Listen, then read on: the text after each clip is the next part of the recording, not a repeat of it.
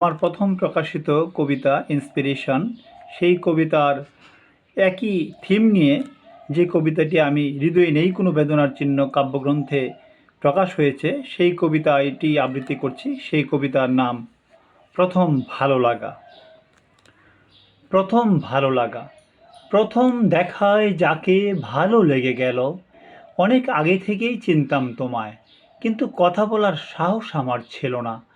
পড়াশোনায় ভালো ছিলাম বলে সবাই আমাকে ভালোবাসতো, এজন্য অনেকের কাছেই প্রিয়পাত্র ছিলাম।